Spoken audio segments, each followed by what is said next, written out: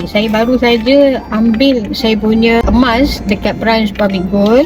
So untuk emas yang berat dia atas daripada 22 gram emas, kita boleh booking appointment untuk ambil emas tu di branch Public Gold yang berdekatan. Jadi saya baru selesai ambil emas di Public Gold. Jom kita tengok sama-sama ada item apa.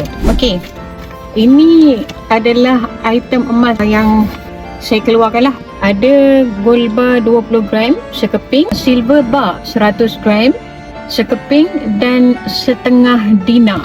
Yang ini adalah setengah dinar.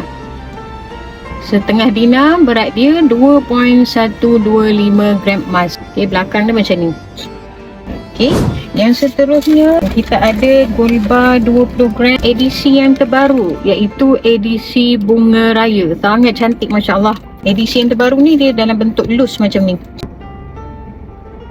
Okay, belakang dia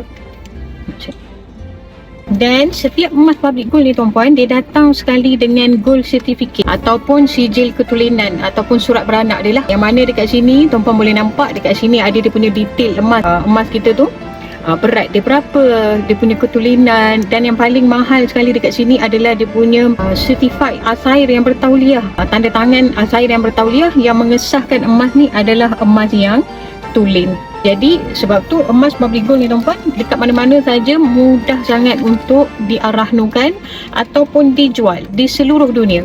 Okay, dan yang ketiga kita ada silver bar 100 gram.